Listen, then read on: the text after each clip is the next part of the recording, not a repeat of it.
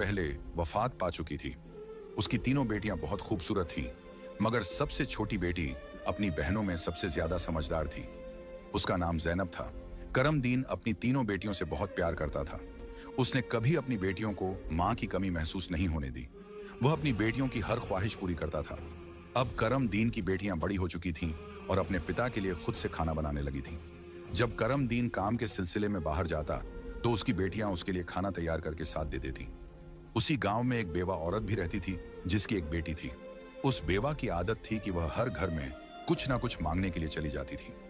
जब करमदीन की बेटियां अपने पिता के लिए खाना बनाती तो वह औरत अक्सर उसी समय उनके घर आग मांगने के लिए आ जाती।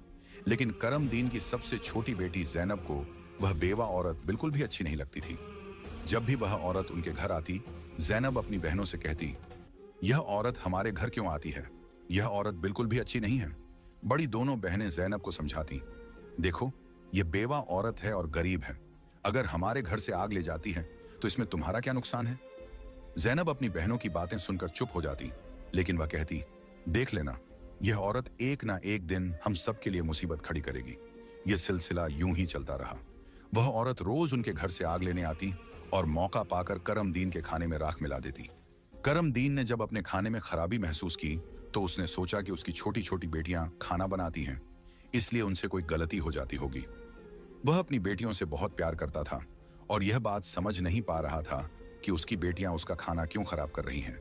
फिर एक दिन करमदीन ने सोचा, आज मैं अपनी बेटियों पर नजर रखूंगा। आखिर मेरी बेटियां अचानक से मेरे खाने में क्या मिलाने लगी हैं? जब करमदीन की बेटियां खाना बनाने लगीं तो वह छुपकर उन्हें देखने लगा। उसकी बड़ी बेटी साफ पानी से चावल धो रही थी, छोटी बेटी सालन बना रही थी और सबसे छोटी बेटी ज़ैनब बर्तन साफ कर रही थी, जिन बर्तनों में खाना डाला जाना था। कुछ ही देर में खाना पककर तैयार हो गया। खाने में कोई खराबी नहीं थी। करमदीन परेशान था, लेकिन फिर अचानक उसने जो देखा उससे उसके पैरों तले जमीन खिसक गई। उसने देखा कि वही बेवा औरत उनके घर आग लेने आई है और उसकी छोटी बेटी ज़ैनब उससे बहस कर रही है। वहीं उसकी दूसरी बहनें ज़ैनब को समझा रही थीं, कोई बात नहीं ज़ैनब, ये बेवा औरत है, इसे आग लेने दो, बड़ी बहन ने कहा। लेकिन उस बेवा औरत ने आग लेने के बहाने नजरें बचाकर करमदीन के खाने में राख मिला दी और सारा खाना खराब कर दिया। यह देखकर करमदीन को बहुत गुस्सा आया। दूसरे दिन करमदीन ने उस बेवा औरत को अपने घर बुलाया और गुस्से में पूछा, तुम्हारी हिम्मत कैसे हुई मेरा खाना खराब करने की? वह औरत बड़ी नाटकीय अंदाज में करमदीन के पास आई और उसके सीने पर हाथ फेरते हुए कहने लगी, अरे, मैं तो यह देख रही थी कि तुम सच में अपनी बेटियों से प्यार करते हो या नहीं। खाना खराब होने पर तुम उन्हें डांटते हो या नहीं? लेकिन तुम तो बड़े अच्छे इंसान निकले, अपनी बेटियों से बहुत प्यार करने वाले। तुमने तो मेरी चोरी फौरन पकड़ ली। अब मुझे यकीन हो गया है कि तुम अपनी बेटियों से बहुत प्यार करते हो। आइंदा ऐसा कुछ नहीं होगा। करमदीन उसकी बातों और उसके नाटक पर यकीन करने लगा, क्योंकि वह बेवा औरत खूबसूरत थी। करमदीन उसके व्यवहार से प्रभावित होकर कुछ भी कहने की बजाय उसे अपनी पत्नी बनाने का फैसला कर बैठा। कुछ ही दिनों में उसने अपनी बेटियों की इजाजत के बिना उस बेवा औरत से शादी कर ली और उसे अपने घर ले आया। शादी के कुछ ही दिनों बाद वह बेवा औरत करमदीन की तीनों बेटियों से सख्त नफरत करने लगी। वह चाहती थी कि किसी भी तरह करमदीन की बेटियां इस घर से निकल जाएं। उसने उन्हें घर से निकालने के लिए तरह तरह के मंसूबे बनाने शुरू कर दिए। वह सोचती थी कि अगर बेटियां घर से चली जाएंगी तो वह और उसकी अपनी बेटी आराम से ऐश की जिंदगी जी सकेंगी। साथ ही करमदीन का पूरा ध्यान सिर्फ उसी और उसकी बेटी पर रहेगा। वह जानती थी कि करमदीन अपनी बेटियों से बहुत मोहब्बत करता है और उन्हें जरा भी दुखी नहीं देख सकता। उसकी अपनी बेटी हमेशा कीमती कपड़े पहनकर घूमती रहती थी, जिससे वह मॉडर्न लगती थी। लेकिन सौतेली मां ने करमदीन की तीनों बेटियों को घर का सारा काम करने पर मजबूर कर दिया। वह उन्हें ठीक से पेट भर खाना भी नहीं देती थी और धीरे धीरे उनकी दूसरी जरूरतें भी कम कर दी। तीनों बहनें हर समय दुखी रहने लगीं। एक दिन दो बड़ी बहनें रो रही थीं, तो ज़ैनब अपनी बड़ी बहनों के पास आई और कहने लगी, प्यारी बहनों, आओ हम तीनों कहीं बाहर चलें ताकि हमारा दिमाग फ्रेश हो जाए। फिर वह तीनों बहनें घर से निकल गईं और चलते चलते एक जंगल में जा पहुंची। वहां एक घने दरख्त के नीचे बैठकर वे रो रो कर अपनी मां को याद करने लगीं। इतने में उनके पास से एक अल्लाह वाले बुजुर्ग का गुजर हुआ। ज़ैनब जमीन पर बैठी रो रही थी और कह रही थी, ऐ मेरे अल्लाह, हम मजलूम लड़कियां हैं और बहुत दुखी हैं। आप देख रहे हैं ना कि हमारी सौतेली माँ हम पर कितना जुल्म करती है। हम कितने दिनों से भूखे हैं। अल्लाह वाले बुजुर्ग पास ही खड़े होकर उनकी बातें सुन रहे थे। फिर वे जैनब से मुखातिब होकर बोले, बेटियों, तुम तीनों यहां इस दरख्त के नीचे रोज आती हो, तुम्हें क्या दुख है? तुम मुझे बता सकती हो? जैनब ने रोते हुए अल्लाह वाले बुजुर्ग को सारा वाकया सुना दिया। उनकी बात सुनकर बुजुर्ग को बहुत दुख हुआ। वे बोले, बेटी, यहां से थोड़ी दूरी पर मेरी झोंपड़ी है, मैं वहां रहता हूं और इबादत करता हूं। मेरी झोंपड़ी के बाहर एक अनार का दरख्त लगा है जिस पर पके हुए अनार लगे हुए हैं। तुम जाओ और उस दरख्त से जितने मर्जी अनार तोड़कर खा लो। यह सुनकर तीनों लड़कियां खुशी खुशी उस झोंपड़ी के पास पहुंची। उन्होंने देखा कि दरख्त पर बहुत ही खूबसूरत और रसीले अनार लगे हुए हैं। तीनों ने एक एक अनार तोड़ा और बैठकर मजे से खाने लगी। जब उनका पेट भर गया तो उन्होंने बुजुर्ग का शुक्रिया अदा किया और घर वापस आ गई। इसके बाद जब उनकी सौतेली माँ उन्हें खाना नहीं देती तो वे रोज जंगल जाती और उन अनारों को खाकर अपना पेट भर लेती। धीरे धीरे उन्होंने अपनी माँ का दिया हुआ खाना बिल्कुल छोड़ दिया। अब उनकी सौतेली माँ सोचने लगी, मैं इन लड़कियों को खाने को कुछ नहीं देती, मैं इनसे इतना काम करवाती हूँ, उन्हें जलील करती हूँ, फिर भी इनके चेहरे पर एक अजीब सी चमक है। इनमें से कोई बीमार भी नहीं पड़ती, बल्कि इनकी खूबसूरती बढ़ती जा रही है। और मेरी बेटी, जिसे मैं इतना अच्छा खाना देती हूँ, वह उनके आगे बदसूरत लगती है। दूसरे दिन जब वह लड़कियां जंगल की तरफ गईं, तो सौतेली माँ ने अपनी बेटी को उनका पीछा करने के लिए भेज दिया। जब तीनों लड़कियां अनार तोड़कर खा रही थीं, तो जैनब ने अपनी सौतेली बहन को देख लिया। उसने बाकी बहनों से कहा, यह लड़की हमारा पीछा कर रही है, मैं इसे यहां से भगा देती हूं। फिर जैनब ने अपने हाथ में पकड़ा अनार छुपा लिया और बोली, अगर यह सब कुछ अपनी मां को बता देगी तो यह हमारे लिए परेशानी का कारण बन सकती है। लेकिन जैनब की दूसरी बहनें बोली, जैनब, तुम कैसी बातें कर रही हो, यह बेचारी बेकसूर है। जैनब की बड़ी बहनें बोली, हमारी सौतेली मां तंग करती हैं, यह तो हमें कुछ नहीं कहती। इसके बाद तीनों बहनों ने अपनी सौतेली बहन को पास बिठाया और उसे एक अनार पकड़ा दिया। लेकिन सौतेली बहन ने अनार नहीं खाया और जल्दी से अपनी मां के पास जाकर कहने लगी, मां, वे लड़कियां भूखी नहीं रहती, वे तो जंगल में एक दरख्त से अनार तोड़कर खा लेती हैं। उसी दरख्त के पास एक बुजुर्ग भी इबादत कर रहे थे और उन्होंने भी उन्हें रोकने की कोशिश नहीं की। यह सुनकर सौतेली मां को बहुत गुस्सा आया। वह सोचने लगी, मैं इन लड़कियों को अनार खाने से कैसे रोकूं? पूरा दिन वह गुस्से में ही रही। जब शाम को करमदीन काम से घर वापस आया तो उसने अपनी बीवी को परेशान देखा। वह बोला, तुम्हें क्या परेशानी है, क्यों इतनी उदास बैठी हो? वह कहने लगी, मेरे सिर में बहुत तेज दर्द है और यह किसी दवा से ठीक नहीं होगा। करमदीन ने पूछा, तो फिर कैसे ठीक होगा? वह तुरंत बोली, जंगल में एक अनार का दरख्त है जिस पर लाल लाल अनार लगे हैं। अगर तुम उस दरख्त को जड़ से कटवा दो और उसकी जड़ें उबालकर दवा बना लो और मेरे माथे पर लगाओ तो मेरा सिर दर्द ठीक हो सकता है। करमदीन ने कहा, बस इतनी सी बात। फिर उसने कुछ आदमियों को बुलाया और उन्हें पैसे देकर कहा, जंगल में एक अनार का दरख्त है, तुम लोग उसे जड़ से उखाड़ फेंको और उसकी जड़ें मुझे ला कर दो। कुछ ही घंटों में वे आदमी उस दरख्त को जड़ से उखाड़कर उसकी जड़ें करमदीन के पास ले आए। करमदीन ने जल्दी से आग जलाई और उन जड़ों से दवा बनाकर अपनी बीवी के माथे पर मलने लगा। थोड़ी ही देर में उसकी बीवी कहने लगी, अब मुझे आराम है। अगले दिन जब तीनों बहनें जंगल गईं, तो उन्होंने देखा कि अनार का दरख्त किसी ने जड़ से उखाड़ दिया है। यह देखकर वे बहुत परेशान हो गईं और सोचने लगी, अब हम क्या खाएंगे? तभी वे तीनों लड़कियां वहीं बैठकर रोने लगी। उनके रोने की आवाज सुनकर अल्लाह वाले बुजुर्ग अपनी झोंपड़ी से बाहर आए। वे समझ गए कि लड़कियां क्यों रो रही हैं। वे बोले, इसमें रोने की क्या बात है, अल्लाह तुम्हें इससे भी बेहतर कुछ देगा। फिर अल्लाह वाले बुजुर्ग ने अपनी उंगली से जमीन की तरफ इशारा किया और वहां पर एक छोटी सी नदी बन गई जिसमें पानी की जगह दूध बह रहा था। उन्होंने उन लड़कियों को एक मिट्टी का प्याला दिया और कहा, जहां से जितना मर्जी हो दूध पियो। लड़कियां बहुत खुश हुईं और मिट्टी के प्याले में दूध भरकर पीने लगीं। जब उनका पेट भर गया तो वे बुजुर्ग का शुक्रिया अदा करके घर वापस आ गईं। इसके बाद उनका रोज का यह मामूल हो गया कि वे तालाब के पास जाती और मिट्टी के प्याले में दूध भरकर पी लेती। उनकी सौतेली माँ उनकी सेहत देखकर हैरान थी। उसने अपनी बेटी को बुलाया और कहा, मैंने तो जंगल से अनार के दरख्त का नामो निशान मिटा दिया था, फिर भी इन लड़कियों की सेहत पर कोई असर नहीं पड़ा। मैं तो इन्हें पेट भर खाना भी नहीं देती, आखिर ये ऐसा क्या खा रही हैं जिससे इनकी सेहत इतनी अच्छी हो रही है? उसने अपनी बेटी से कहा, इनका पीछा करो और पता लगाओ कि ये क्या खाती हैं। लड़की फिर से अपनी बहनों का पीछा करते हुए जंगल में गई। जब तीनों मिट्टी के प्याले से दूध पी रही थीं, तो जैनब ने पीछे मुड़कर देखा। उसने अपनी सौतेली बहन को चुपचाप खड़ा देखकर बाकी बहनों से कहा, देखो, ये लड़की फिर हमारा पीछा कर रही है। जैनब ने अपनी बहनों से कहा, तुम लोग जल्दी उठो और इसे यहां से भेजो, क्योंकि अगर इसने हमारे तालाब को देख लिया तो यह घर जाकर सब बता देगी और फिर घर में हंगामा खड़ा हो जाएगा। लेकिन जैनब की बड़ी बहनों ने उसे डांटते हुए कहा, तुम्हारा आखिर मसला क्या है? माना कि हमारी सौतेली माँ हम पर जुल्म करती है, लेकिन इसमें इस बेचारी का क्या कसूर? जैनब यह सुनकर चुप हो गई।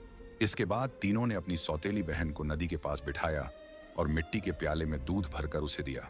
उस लड़की ने दूध पिया और जल्दी से अपनी माँ के पास पहुंचकर तालाब और दूध वाली पूरी बात बता दी। सौतेली माँ को यह सुनकर बहुत गुस्सा आया। उसने अपने गांव के कुछ आदमियों को बुलाया और कहा, तुम जितने पैसे चाहो मैं तुम्हें दूंगी, लेकिन तुम्हें जंगल में जाना होगा। वहां एक बुजुर्ग की झोंपड़ी और तालाब है। तुमने वो झोंपड़ी खत्म कर देनी है और तालाब में मिट्टी डाल देनी है। बदले में तुम्हें बहुत पैसा मिलेगा। कुछ ही देर में वे आदमी उसकी मर्जी के मुताबिक सब कुछ करके लौट आए। वह औरत अब बहुत खुश थी। अगले दिन जब तीनों बहनें जंगल में गईं, तो उन्होंने देखा कि वहां न तो तालाब है और न ही बुजुर्ग की झोंपड़ी। यह देखकर उन्हें पहाड़ जैसा दुख हुआ। वे वहीं बैठकर रोने लगीं और भूखी प्यासी अपने घर लौट आईं। उनकी सौतेली माँ यह देखकर बहुत सुकून महसूस कर रही थी। एक दिन वह फिर बीमारी का बहाना बनाकर लेट गई। शाम को जब करमदीन घर आया तो उसने अपनी बीवी को प्यार से कहा, चाहे मेरा सब कुछ बिक जाए, लेकिन मैं तुम्हें कुछ नहीं होने दूंगा। तुम्हारा इलाज सबसे अच्छे डॉक्टर से करवाऊंगा। लेकिन उसकी बीवी कुछ और ही चालें चल रही थी। उसने कहा, आपको इतना कुछ करने की जरूरत नहीं है। मेरी जिंदगी बचाने के लिए बस एक छोटा सा काम करो। करमदीन बोला, जल्दी बताओ क्या करना है, मैं वही करूंगा। उसकी बीवी बोली, तुम अपनी तीनों बेटियों का खून निकालकर मेरे हाथों और पैरों की हथेलियों पर मल दो, तभी मैं ठीक हो सकती हूँ। यह सुनकर करमदीन की आंखों में आंसू आ गए, क्योंकि वह अपनी बेटियों से बेहद मोहब्बत करता था। वह चुपचाप कमरे से बाहर निकला और अपनी बेटियों को ढूंढने लगा, लेकिन बेटियां घर में नहीं थीं। वह परेशान होकर उन्हें ढूंढते ढूंढते कब्रिस्तान पहुंचा। वहां उसने देखा कि उसकी तीनों बेटियां अपनी मां की कब्र के पास बैठकर रो रही हैं।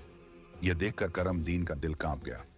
एक तरफ उसकी बीवी की ख्वाहिश थी और दूसरी तरफ उसकी बेटियों की जिंदगी। करमदीन को समझ नहीं आ रहा था कि वह क्या करे। उसने सोचा कि उसकी बीवी उसकी बेटियों से कभी खुश नहीं होगी और उसकी बेटियां अपनी सौतेली मां के साथ खुश नहीं हैं। इसलिए उसने फैसला किया कि बेटियों को कहीं दूर ले जाएगा। उसने अपनी बेटियों को गले लगाया और कहा, ऐ बेटियों, तुम क्यों परेशान होती हो? मैं तुम्हें कहीं और ले चलता हूं। वह अपनी बेटियों को एक घने जंगल में ले गया। वहां उसने मिट्टी का चूल्हा बनाया और बेटियों को खाना बनाकर खिलाया। जब बेटियों ने पेट भरकर खाना खा लिया तो वे एक दरख्त के नीचे सो गईं। करमदीन ने अपनी बेटियों को वहीं सोते हुए छोड़ दिया और वहां से भाग गया। उसके दिल में यही ख्याल था कि कम से कम मेरी बेटियां जिंदा तो रहेंगी और अपनी सौतेली मां के जुल्म से बची रहेंगी। रास्ते में उसने एक हिरण का शिकार किया और उसका खून लेकर अपनी बीवी को दे दिया। उसकी बीवी ने वह खून अपने हाथों और पैरों पर लगाया और खुश होकर कहा, अब मुझे आराम है। उसे यकीन हो गया कि करमदीन ने अपनी बेटियों को मार दिया। दूसरी तरफ जब तीनों बहनें जागीं तो उन्होंने देखा कि उनका बाप उन्हें छोड़कर जा चुका है। वे अपने बाप को पुकारने लगीं। जंगल में जंगली जानवरों की आवाजें सुनकर वे डर गईं और रोने लगीं। इत्तेफाक से उसी जंगल में 3 दोस्त शिकार के लिए आए थे। जब वे शिकार करके लौटने लगे तो उनमें से एक दोस्त, जिसका नाम नासिर था, कहने लगा, मुझे लगता है, नासिर ने कहा, यहां कोई मुसीबत में है। क्या तुम लोग किसी के रोने की आवाज नहीं सुन रहे? मुझे तो किसी के रोने की आवाज आ रही है। चलो जल्दी से देखते हैं, शायद किसी को हमारी मदद की जरूरत हो। फिर तीनों दोस्त आवाज की दिशा में चल पड़े। आगे जाकर उन्होंने देखा कि 3 खूबसूरत लड़कियां बैठी हुई रो रही हैं। नासिर आगे बढ़ा और उनसे पूछा, तुम यहां अकेली क्या कर रही हो और इतना क्यों रो रही हो? जैनब ने नासिर को अपनी पूरी कहानी सुना दी। लड़कों को उन पर बड़ा तरस आया। वे आपस में कहने लगे, क्यों ना हम इन लड़कियों से शादी कर लें? इन्हें एक छत मिल जाएगी और हमारी जिंदगी भी सुकून से गुजरने लगेगी। फिर उन तीनों लड़कों ने उन तीनों लड़कियों से शादी कर ली। जैनब की शादी नासिर के साथ हो गई। संयोग से उन तीनों दोस्तों के घर पास पास थे। तीनों बहनें खुशी खुशी अपने अपने घरों में रहने लगीं। 1 साल के बाद जैनब के घर में बेटे की पैदाइश हुई। ये देखकर नासिर के दोस्त और जैनब की बहनें बहुत खुश हुईं। धीरे धीरे जैनब का बेटा 2 साल का हो गया। एक दिन नासिर ने अपने दोस्तों से कहा, मेरा आज फिर जंगल में शिकार करने का मन हो रहा है, चलो शिकार पर चलते हैं। लेकिन उसके दोस्तों ने मना कर दिया और कहा, हमें तो किसी जरूरी काम से जाना है, हम तुम्हारे साथ जंगल नहीं जा सकते। नासिर ने जैनब से इजाजत ली और अकेला ही जंगल में शिकार के लिए चला गया। लेकिन इसके बाद कई दिन गुजर गए और नासिर घर वापस नहीं आया। जैनब बहुत परेशान हो गई। उसकी बहनें भी उसकी चिंता देखकर चिंतित हो गईं। जैनब के जीजा नासिर के दोस्त ने उसे तसल्ली देते हुए कहा, तुम फिक्र मत करो, हम नासिर को ढूंढकर जरूर वापस लाएंगे। लेकिन करनी खुदा की यह हुई कि नासिर के दोस्त भी उसे ढूंढने जंगल गए, लेकिन वे भी वापस नहीं लौटे। उन तीनों बहनों पर एक बार फिर से गम का पहाड़ टूट पड़ा। एक दिन जैनब अपने बेटे को सुला रही थी कि दरवाजे पर दस्तक हुई। उसने जल्दी से जाकर दरवाजा खोला तो क्या देखती है कि एक बुजुर्ग फकीर जिसने हरे रंग के कपड़े पहने हुए थे दरवाजे पर खड़ा है। जैनब उसे देखकर बोली, बाबा, मेरा शौहर घर पर नहीं है, मैं आपको घर में आने की इजाजत नहीं दे सकती।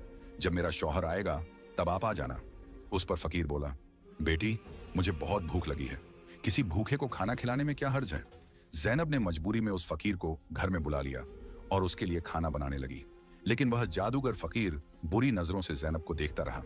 फिर वह जादूगर उठकर जैनब के करीब आया और बोला, सुनो लड़की, तुम मुझे बहुत अच्छी लगती हो, अपने बेटे को छोड़ दो और मुझसे शादी कर लो। जैनब डर के मारे कांपने लगी और बोली, बाबा, आप कैसी बातें कर रहे हैं? मैं शादीशुदा हूं और एक बच्चे की मां हूं। आपकी हिम्मत कैसे हुई ऐसा कहने की? यह सुनकर जादूगर फकीर को गुस्सा आ गया।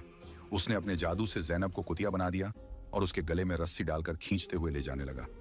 इधर जैनब का बेटा जोर जोर से रो रहा था। जैनब की बहनों ने जब उसके बेटे के रोने की आवाज सुनी तो वे भागती हुई उसके घर आईं। उन्होंने जल्दी से जैनब के बेटे को गले लगाया और अपनी बहन को घर में ढूंढने लगी, लेकिन उन्हें जैनब कहीं नजर नहीं आई। उनकी सौतेली मां के बाद अब जैनब भी गायब हो चुकी थी। वक्त इसी तरह गुजरता रहा। अब जैनब को गुम हुए भी 14 साल का लंबा वक्त गुजर चुका था। इस दौरान जैनब का बेटा जवान हो चुका था। उसे उसकी दोनों खालाओं ने मिलकर पाला था। एक दिन जैनब की खालाओं ने उसे उसकी मां के बारे में सारी सच्चाई बताई। यह सुनकर वह बहुत परेशान हो गया और बोला, खाला, आज मैं अपने माँ बाप को जरूर ढूंढने जाऊंगा। उसकी खालाओं ने उसे समझाते हुए कहा, बेटा, जो होना था वह हो चुका, जिन्हें जाना था वे चले गए। अब हम तुम्हें नहीं खोना चाहती। हमारे शौहर भी जंगल गए थे और वे भी कभी वापस नहीं आए। अगर तुम भी चले गए तो हम किसके सहारे जीएंगी? लेकिन लड़के ने कहा, खाला, आप फिक्र मत कीजिए, मैं अपने बाप और बाकी सबको ढूंढकर वापस जरूर लाऊंगा। फिर वह लड़का जंगल की तरफ निकल पड़ा। कई दिनों तक जंगल में इधर उधर भटकता रहा, लेकिन उसे कुछ समझ नहीं आया कि वह अपने माँ बाप को कहां ढूंढे। इसी तरह तलाश करते करते वह एक ऐसे इलाके में पहुंचा जो पूरी तरह पत्थरों का इलाका था। वहां उसने पत्थर की इमारतें देखी और एक खूबसूरत छोटा सा पत्थर का घर देखा। वह गौर से उस घर को देख रहा था कि तभी उस घर से एक बुजुर्ग बाहर आए और बोले, बेटा, तुम यहां नए लगते हो, तुम्हें इस खतरनाक इलाके में आने की क्या जरूरत थी? लड़के ने जवाब दिया, बाबा जी, मैं अपने माँ बाप और ताया जी को ढूंढने के लिए यहां आया हूं। मेरी माँ को एक जादूगर ने कुतिया बनाकर अपने साथ ले गया था। अल्लाह वाले बुजुर्ग बोले, बेटा, यह इलाका एक बहुत बड़े जादूगर का है। वह बहुत ताकतवर है। जो भी उससे पंगा लेता है या उसे बेइज्जत करता है, वह उसे पत्थर का बना देता है। ये जो तुम अपने इर्द गिर्द पत्थर देख रहे हो, ये भी कभी इंसान थे। जादूगर ने इन्हें पत्थर बना दिया। कुछ साल पहले यहाँ एक नौजवान आया था। उसके बाद उसके पीछे 2 और नौजवान आए। जादूगर ने उन्हें पेड़ और पत्थर में बदल दिया और उसने एक नेक पाकीज़ा लड़की को भी 12 साल से कैद करके रखा है। वह जादूगर उस लड़की से शादी करना चाहता है, लेकिन वह लड़की किसी भी तरह मान नहीं रही। बुजुर्ग की बातें सुनकर लड़का सोचने लगा, यकीनन यह लड़की मेरी माँ है और ये लोग मेरे ही परिवार के लोग हैं। आखिरकार मैंने अपनों को ढूंढ ही लिया। इसके बाद लड़के ने बुजुर्ग को अपनी सारी कहानी बताई और कहा, बाबा जी, आप मेरी मदद करें, इन लाचार लोगों को बचाने का कोई तरीका बताएं। बुजुर्ग, जिनकी झोंपड़ी को कभी जैनब की सौतेली माँ ने जला दिया था, मुस्कुराए और बोले, बेटा, अल्लाह हमेशा नेक दिल वालों की मदद करता है, तुम्हें हिम्मत नहीं हारनी चाहिए। अल्लाह वाले बुजुर्ग मजबूरन इस खतरनाक इलाके में आकर रहने लगे। उन्होंने लड़के से वादा किया, मैं तुम्हारा साथ जरूर दूंगा। बुजुर्ग सोचने लगे, क्या पता इस लड़के की मां को छुड़वाने से बाकी कैदियों को भी जादूगर की कैद से आजादी मिल जाए। बुजुर्ग ने बाकी गांव वालों को बताया, यह मेरा पोता है जो दूसरे गांव से मुझसे मिलने आया है। जब जादूगर को शक हुआ कि गांव में कोई नया लड़का आया है, तो वह तुरंत अल्लाह वाले बुजुर्ग के पास पहुंचा और पूछने लगा, यह कौन है? बुजुर्ग ने जवाब दिया, यह मेरा पोता है। इस तरह जादूगर और लड़के की मुलाकात हुई। लड़का अपनी पहचान छुपाकर जादूगर से मिलने लगा। जादूगर ने लड़के को देखकर कहा, तुम बहुत समझदार लगते हो और अपने दादा की तरह नेक और मासूम हो। कल तुम मेरा एक काम करोगे, मैं तुम्हें एक इमारत में भेजूंगा जहां एक लड़की को मेरा पैगाम देना है। मैं उससे शादी करना चाहता हूं। लड़का समझ गया कि वह अपनी मां से मिलने जा रहा है। वह बहुत खुश हुआ और सोचने लगा कि वह अपनी मां के लिए फूल ले जाएगा। उसने योजना बनाई कि वक्त आने पर वह अपनी मां को पहचानने के लिए अपनी पहचान जाहिर करेगा। जैनब की शादी के वक्त नासिर ने उसे एक अंगूठी दी थी जिस पर उसका नाम लिखा हुआ था। बाद में जैनब ने वह अंगूठी अपने बेटे को पहना दी थी। सालों बाद वह अंगूठी बढ़ाकर दोबारा बनाई गई और लड़के ने अब भी वही अंगूठी पहनी हुई थी। अल्लाह वाले बुजुर्ग ने लड़के से कहा, अपनी अंगूठी को फूलों के गुलदस्ते में छुपा दो। जब तुम्हारी मां इसे देखेगी तो वह तुरंत तुम्हें पहचान लेगी। लेकिन यह काम आसान नहीं होगा। जादूगर ने जैनब की निगरानी के लिए एक चौकीदार तैनात कर रखा है जो हर वक्त सख्ती से नजर रखता है। जादूगर अल्लाह वाले बुजुर्ग की बहुत इज्जत करता था और उनके पोते को नेक समझता था। उसने लड़के को गुलदस्ता देकर रोजाना जैनब के पास भेजना शुरू कर दिया। लड़के की कम उम्र महज 14 साल की वजह से जादूगर को उस पर कोई शक नहीं हुआ। जैनब को एक कमरे में कैद करके रखा गया था जहां किसी मर्द को जाने की इजाजत नहीं थी। लड़का रोजाना गुलदस्ता लेकर जैनब के पास जाता और वहां जादूगर की एक दासी हमेशा जैनब के साथ रहती। एक दिन किस्मत ने लड़के का साथ दिया। ऐसा मौका मिला जब कमरे में जैनब के सिवा कोई नहीं था। लड़के ने जल्दी से अपनी उंगली से अंगूठी उतारी और फूलों के गुलदस्ते में छुपाकर जैनब के कदमों में रख दिया। जैसे ही गुलदस्ता जमीन पर रखा, अंगूठी की आवाज हुई। जैनब ने हैरानी से गुलदस्ता उठाया और फूलों में बंधी अंगूठी को पहचान लिया। यह वही अंगूठी थी जो उसने सालों पहले अपने बेटे को पहनाई थी। जैनब की नजरें फौरन गुलदस्ता लाने वाले लड़के की तरफ उठीं। दोनों की नजरें मिलते ही हकीकत साफ हो गई। जादूगर ने जैनब को कैद कर रखा था, लेकिन उसका बेटा अपनी मां को आजाद कराने का मंसूबा बनाने लगा। जैनब ने जादूगर से शादी की रजामंदी जताई और उसकी ताकत का राज मालूम किया। जादूगर ने बताया कि उसकी जान एक तोते में है जो एक पिंजरे में बंद है और एक घने जंगल के दरख्त के नीचे सख्त पहरे में रखा गया है। जैनब ने यह राज अपने बेटे को बताया, लेकिन उसे खतरे से बचाने के लिए जाने से मना किया। फिर भी बेटे ने अपनी मां को यकीन दिलाया कि वह कामयाब होकर लौटेगा। कई दिनों की मशक्कत के बाद वह जंगल में पहुंचा। एक मौका देखकर उसने तोते को पिंजरे से निकाल लिया और जादूगर की इमारत तक वापस ले आया। जादूगर उसे देखकर तोते की वापसी की भीख मांगने लगा। लड़के ने चालाकी से जादूगर से सभी कैदियों को आजाद करवाया। इसके बाद उसने तोते के पंख खींचे, जिससे जादूगर की ताकत खत्म हो गई। अंत में उसने तोते की गर्दन मरोड़ दी, जिससे जादूगर मर गया। लड़के ने अपनी मां जैनब, पिता नासिर और बाकी सभी कैदियों को आजाद कराया। फिर वह सब अल्लाह वाले बुजुर्ग के पास पहुंचे। सबने बुजुर्ग का शुक्रिया अदा किया और अपने घर लौट आए। जैनब की बहनें अपने शौहर से मिलकर बहुत खुश हुईं, जो जादूगर की कैद में सालों तक रहे थे। उनके पिता, जो अपनी बेटियों को खोने के गम में डूबे थे, उन्हें सही सलामत देखकर खुशी से रोने लगे। उन्होंने बेटियों से माफी मांगी और बताया कि उनकी बीवी की साजिशों की वजह से यह सब हुआ। बेटियों ने अपने पिता को तसल्ली दी और कहा, हम अपनी जिंदगियों से खुश हैं। उनके पिता ने बताया कि उनकी सौतेली मां, जो उन पर जुल्म करती थी, एक गंदी बीमारी का शिकार होकर इस दुनिया से चली गई। इसके बाद सबने खुशी और सुकून के साथ अपनी जिंदगी गुजारनी शुरू की।